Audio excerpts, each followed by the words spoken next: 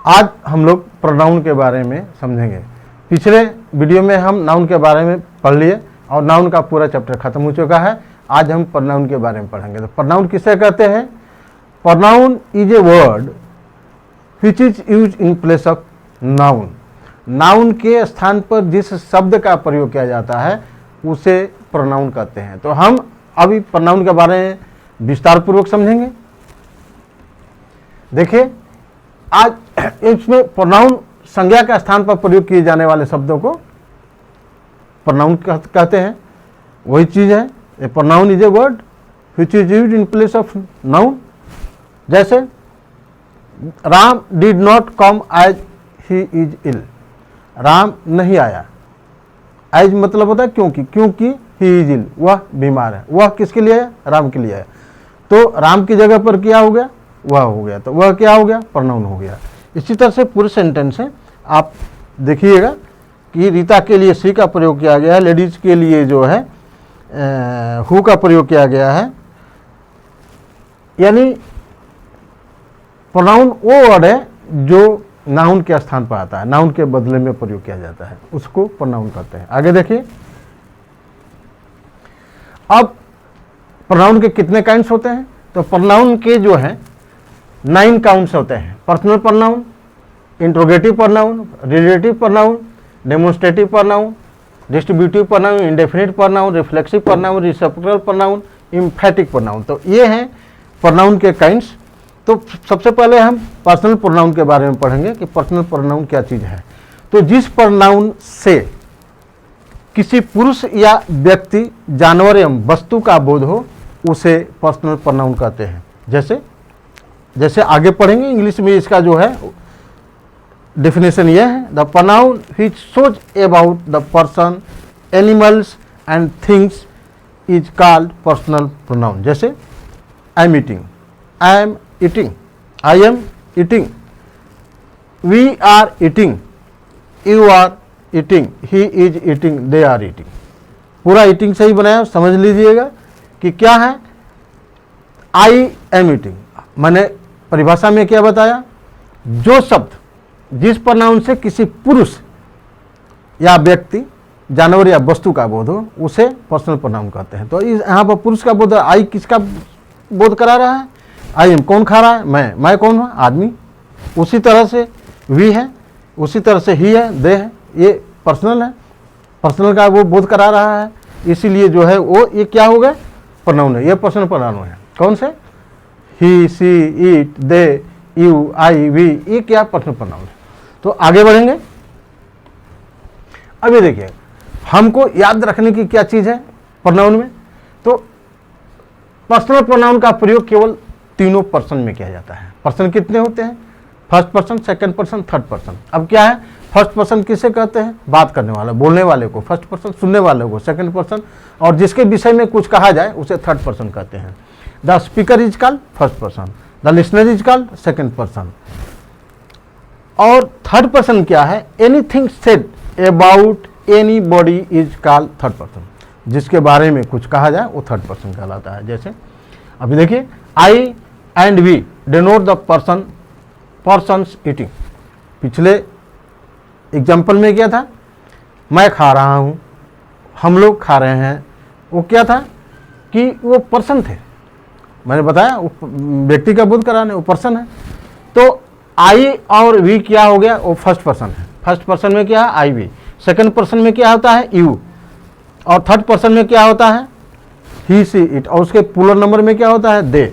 You में दोनों, first person singular number और प्लूरल नंबर दोनों में क्या होता है? यू ही होता है। अब इसके बारे में आगे पढ़ेंगे। अब पर्सनल प्रोनाउन को नंबर, जेंडर और फंक्शन की जानकारी के लिए निम्नलिखित चार्ट के द्वारा हम समझेंगे। एक चार्ट बना है, इस चार्ट में पूरा क्लियर हो जाएगा कि कौन प्रोनाउन है।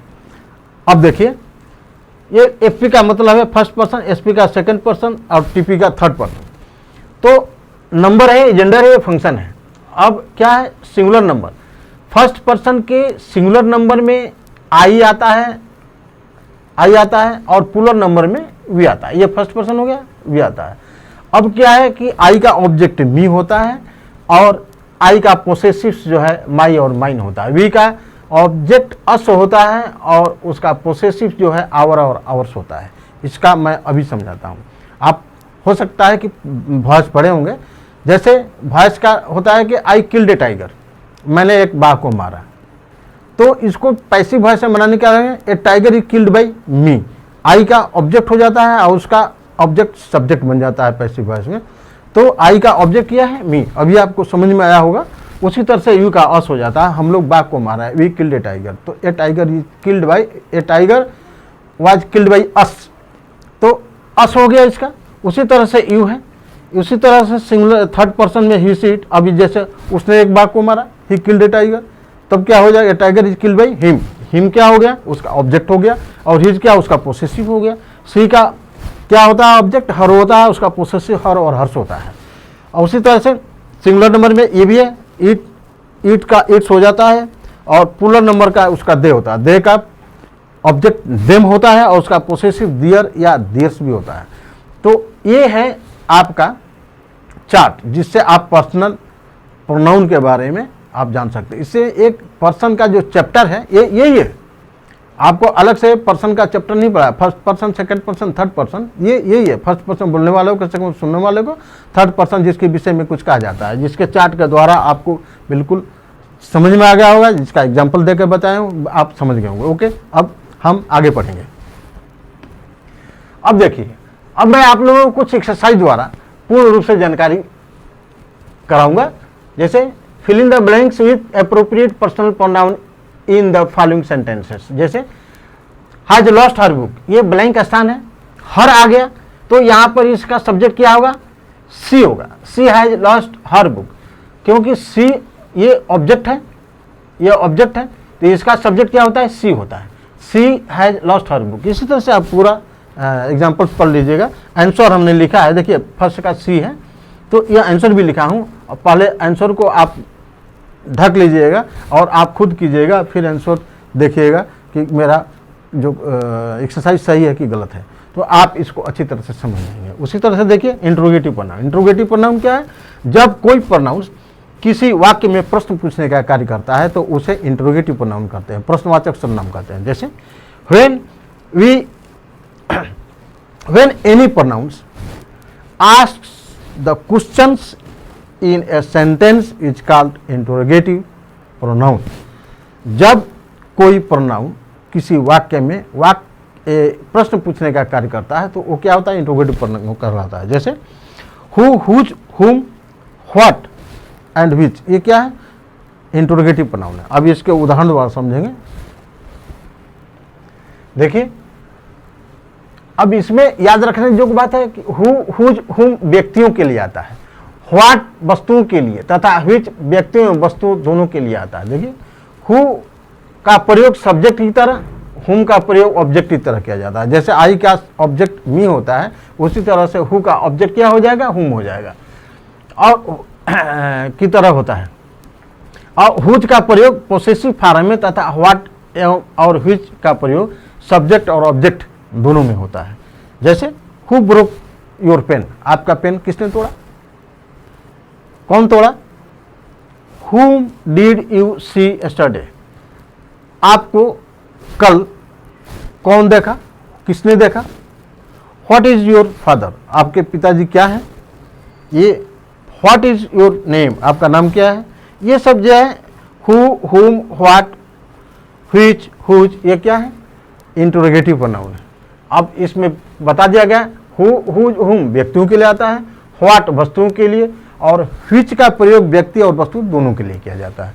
तो ये हो गया इंट्रोगेटिव प्रोनाउन। किसी प्रकार का डाउट होता है इसमें तो आप पूछ सकते हैं। हम इंट्रोगेटिव प्रोनाउन के बारे में समझिए। अब तीसरा है रिलेटिव प्रोनाउन। रिलेटिव प्रोनाउन क्या है, जो प्रोनाउन दो वाक्यों को जोड़ता है, रिलेटिव्स, रिलेट करता, जोड़ता है, और अपने से पहले प्रयुक्त नाउन जिससे पूर्व पद कहते हैं या एंटीसीडेंट कहते हैं से संबंध प्रकट करता है, उसे रिलेटिव प्रोनाउन कहते हैं। जैसे हु, हुम, दैट, व्हिच, ये क्या है, रिलेटिव प्रोनाउन भी है, ये संबंध भी बताता है। जैसे देखिए, I met Ram return my book, I met Ram who return my book, इसका आंसर हु है, तो हु रिटर्न बाय, हु क्या हो गया, रिलेटिव, ये आपका रिलेटिव प्रोनाउन में भी आता है, इंट्रोगेटिव प्रोनाउन भी है।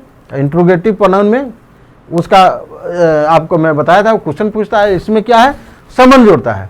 तो जब जोड़ता है तो क्या हो जाएगा, रिलेटिव प्रोनाउन होगा। जैसे आई मेट राम, मैं राम से मिला, हु रिटर्न माई बुक, उसने मेरी किताब वापस कर दिया। उसी तरह से शी इज द पैरट, उसने तोते को छोड़ दिया। फ्लीव अवे एट वंस, अब बीच में क्या जाएगा, व्हिच, व्हिच फ्लीव, जो कि शीघ्र ही उड़ गया। इस तरह से जो है, जब ये व्हाट, हु, व्हिच, हु, हुम, व्हिच, दैट, ये जो रिलेटिव प्रोनाउन है, क्योंकि ये संबंध स्थापित करते हैं। अब आगे पढ़ेंगे, इसमें दिया है कि जो प्रोनाउन दो वाक्यों को जोड़ता है और अपने से परिवृत्त जो प्रयोग किया गया है नाउन, जिससे पूर्व पद कहते हैं, से संबंध रखता है, उससे वो संबंध रखता है, उसे रिलेटिव प्रोनाउन कहते हैं। जैसे आई मेट राम, मैं राम से मिला। हु रिटर्न माई बुक, अब हु किससे संबंध रखता है, पूर्व पद कौन सा है, ये नाउन कौन सा है, आई है। आई माने मैं, ये कॉमन नाउन हो जाता है। तो ये इससे ये प्रोनाउन है, आई प्रोनाउन है, इससे संबंध रखता है, इसलिए क्या हो गया, ये रिलेटिव प्रोनाउन हो गया। अब आगे पढ़ेंगे डिस्ट्रीब्यूटिव प्रोनाउन। चौथा है डिस्ट्रीब्यूटिव प्रोनाउन, जो प्रोनाउन वाक्य में प्रयुक्त व्यक्तियों या वस्तुओं में से किसी प्रत्येक को सूचित करे, प्रत्येक को सूचित करे, उसे डिस्ट्रीब्यूटिव प्रोनाउन कहते हैं। The pronoun which indicates person और things use in a sentence is called distributive pronoun. जैसे either, neither, none, each, any, etc। Exercise से हम पूरी तरह से इसको समझेंगे। जैसे eat, either of this two bananas, इनमें से दोनों में से कोई बनाना आप खाइए, केला खाइए। तो क्या है, ये डिस्ट्रीब्यूट करता है, डिस्ट्रीब्यूटिव प्रोनाउन कहला जाएगा। दो है वो, इसमें क्या करता है कि बता रहा है ये कि आप दोनों में से कोई केला खाइए। उसी तरह से दूसरा है, और नीचे हमने आंसर दिया हुआ है, इसको आप पढ़ करके अच्छी तरह से अपने दिमाग में बैठाइएगा कि डिस्ट्रीब्यूटिव प्रोनाउन किसे कहते हैं। डिस्ट्रीब्यूटिव प्रोनाउन का आप इसके डेफिनेशन से ही समझ आएंगे। जो प्रोनाउन वाक्य में प्रयुक्त व्यक्तियों या वस्तुओं में से प्रत्येक को सूचित करता है, उसे डिस्ट्रीब्यूटिव प्रोनाउन कहते हैं। तो अभी क्या करता है डिस्ट्रीब्यूटिव प्रोनाउन, आइदर है। आइदर क्या करता है, ये these two banana, these two banana, ये इन सब दो केलों को, इसमें इसको क्या कर रहा है, डिस्ट्रीब्यूट कर रहा है। इसी को डिस्ट्रीब्यूटिव प्रोनाउन कहते हैं कि प्रत्येक को सूचित करता है। दो बनाना है, वो कोई खाइए, मतलब सूचित कर रहा है। आगे पढ़ेंगे डेमोन्स्ट्रेटिव प्रोनाउन। पांचवा क्या है, डेमोन्स्ट्रेटिव प्रोनाउन, जो प्रोनाउन किसी नाउन की ओर संकेत करता है। डेमोन्स्ट्रेटिव प्रोनाउन को हिंदी में संकेतवाचक प्रोनाउन कहते हैं। तो जो प्रोनाउन किसी नाउन की ओर संकेत करता है, उससे डिस्ट्रीब्यूटिव प्रोनाउन, डेमोन्स्ट्रेटिव प्रोनाउन कहते हैं। जैसे दिस, दैट, दिस, दोज, ये क्या है, डेमोन्स्ट्रेटिव प्रोनाउन है, ये किसी प्रोनाउन की तरफ संकेत करते हैं। The pronoun which indicates towards noun is called demonstrative pronoun. जैसे देखिए, जो प्रोनाउन किसी नाउन की ओर संकेत करता है, उसे डेमोन्स्ट्रेटिव प्रोनाउन कहते हैं। अभी जैसे देखिए कि इज माई हाउस, क्या है, दिस इज माई हाउस, इसमें दिस आ गया, इसका दिस इज माई हाउस। तो दिस इज माई हाउस, ये प्रोनाउन क्या है, माई प्रोनाउन है, और ये क्या है, दिस की तरफ क्या करता है, इंडिकेट करता है। इसमें आप याद करने वाली बातें भी देखिएगा कि डेमोन्स्ट्रेटिव प्रोनाउन के तुरंत बाद वर्ब आता है। दिस, दीज समीपता प्रकट करते हैं, और दैट और दो दूरी को प्रकट करते हैं। इस एक्सरसाइज से हम बिल्कुल समझ जाते हैं कि this is my house, this is my house, मतलब कि वो जो घर है बिल्कुल नज़दीक है, या आप देख रहे हैं, इसलिए उसको बोलते हैं कि नज़दीकी का जो है बोध कराता है। और दैट जो है दूरी का कराता है। जैसे दैट इज योर बुक, वह आपका बुक है। वह हो सकता है कि वो मेरे घर में है और मैं बता रहा हूँ कि वह आपका बुक है। तो दूरी का बोध कराता है। तो इस तरह से डेमोन्स्ट्रेटिव प्रोनाउन के बारे में समझ गए होंगे। अगर फिर भी इस संकेतवाचक प्रोनाउन के बारे में किसी तरह का डाउट हो तो आप मेरे से फोन द्वारा पूछ सकते हैं। ओके, आगे बढ़ते हैं। छठवां है इंडेफिनिट प्रोनाउन। इंडेफिनिट प्रोनाउन अनिश्चयवाचक प्रोनाउन कहते हैं, सर्वनाम कहते हैं हिंदी में इसको। जिस प्रोनाउन से किसी निश्चित व्यक्ति या वस्तु का बोध न हो उसे क्या कहते हैं? इंडेफिनिट प्रोनाउन कहते हैं। The pronoun which does not indicates definite person और things is called indefinite pronoun. तो जैसे one, none, some, many, somebody, anybody, nobody, other, all, few, ये क्या है? आपका इंडेफिनिट प्रोनाउन है। ये अनिश्चयवाचक सर्वनाम है। एक्सरसाइज द्वारा हम इसको समझेंगे। वेप्ट ऑन हर डेथ, क्या है? Wept on her death. None wept on her, उसके मरने पर कोई नहीं रोया। क्या है? नन क्या है? ये इंडेफिनिट है। इनडेफिनिट अनिश्चयवाचक सर्वनाम है। अदर्स, देखिए, अदर्स नेवर एब्यूज, दूसरे लोग कभी गाली नहीं देते हैं। एब्यूज, ठीक। तीसरा क्या है? आल, आल टर्न्ड हिम आउट, सभी के सभी क्या है? चले गए। तो उसमें डेफिनिट नहीं है कौन। डेफिनिट तब हो गया राम चला गया, वो डेफिनिट हो गया जो उसको। लेकिन आल, आल में, आल ऐसा वर्ड है जिसमें कोई डेफिनिट नहीं है कि उसमें कौन है, राम है कि श्याम है कि मैं हूँ कि आप हैं, इसमें कोई डेफिनिट नहीं है, इसीलिए इसको इंडेफिनिट प्रोनाउन कहते हैं। अब आगे बढ़ेंगे। रिफ्लेक्सिव प्रोनाउन, सातवां है रिफ्लेक्सिव प्रोनाउन। जिस प्रोनाउन से काम का प्रभाव सब्जेक्ट पर प्रकट हो और हो, अन्य किसी पर नहीं। जिस प्रोनाउन से काम का प्रभाव सब्जेक्ट पर प्रकट हो और अन्य किसी पर नहीं, उसे रिफ्लेक्सिव प्रोनाउन कहते हैं। Those pronouns which work affects on subject and nor any other is called reflexive pronoun. जिसका प्रभाव केवल सब्जेक्ट पर पड़ता है, किसी और शब्द पर नहीं पड़ना चाहिए, उसे क्या कहते हैं? रिफ्लेक्सिव प्रोनाउन कहते हैं।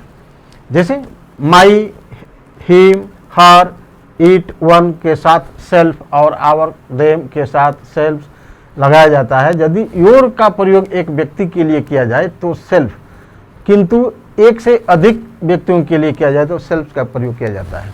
जैसे देखिए, अब ये एक्सरसाइज में दिया गया है, एक्सरसाइज द्वारा हम पूर्ण रूप से इसका जानकारी हासिल कर लेंगे। आई सा ए टाइगर, आई सा ए टाइगर माई सेल्फ, मैं खुद एक बार देखा।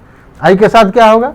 माई सेल्फ होता है, तो माई सेल्फ क्या हो जाएगा? ये देखिए, ये है रिफ्लेक्सिव प्रोनाउन।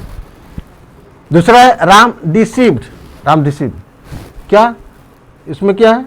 हिमसेल्फ, ही के लिए हिमसेल्फ।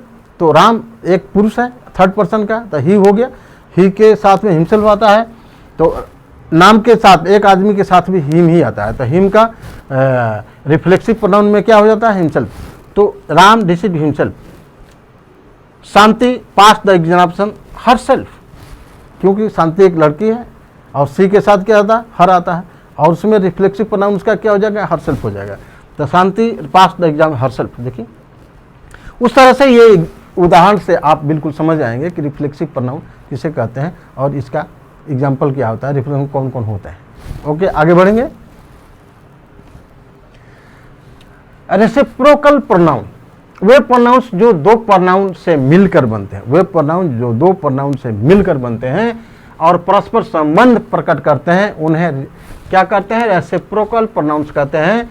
जैसे ईच अदर, दो प्रोनाउन है, ईच और अदर का प्रयोग दो के लिए और वन का प्रयोग अनदर का प्रयोग दो से अधिक के लिए करते हैं। क्या है? ईच अदर का प्रयोग दो के लिए करते हैं और वन अनदर का प्रयोग दो से अधिक के लिए करते हैं। एग्जाम्पल देखिए, the two neighbours hated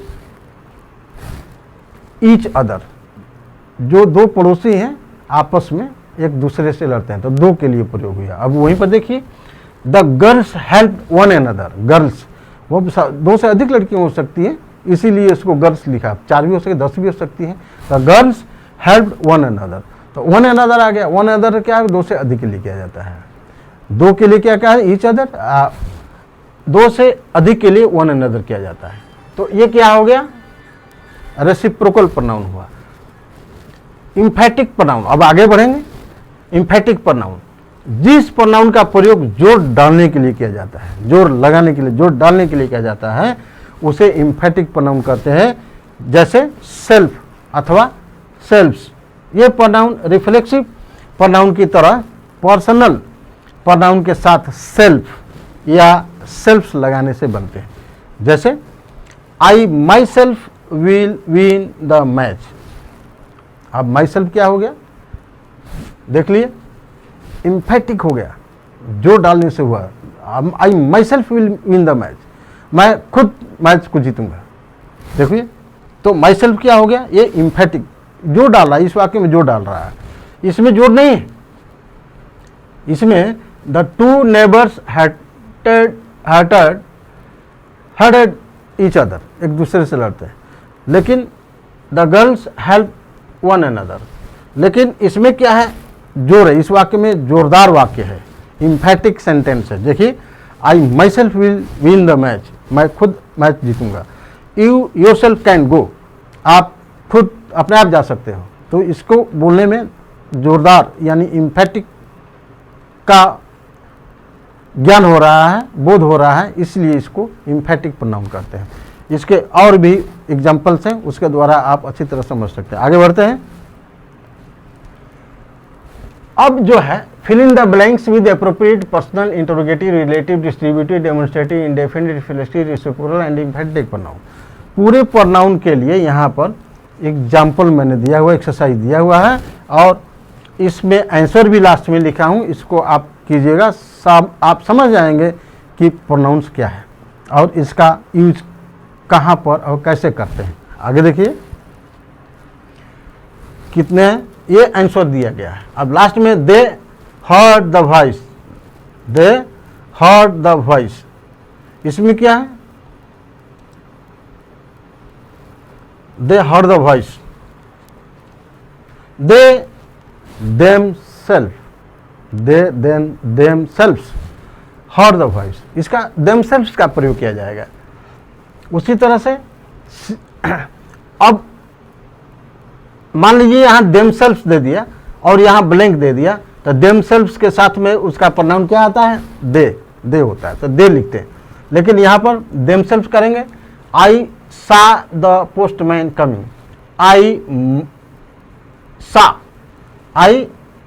my self सा द पोस्टमैन कमिंग, मैं खुद पोस्टमैन को आते हुए देखा, यहाँ माई सेल्फ हो जाएगा।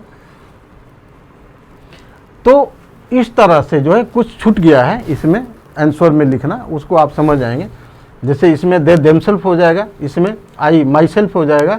The people of the different political parties quarrelled with each other, इसमें ईच अदर हो जाएगा।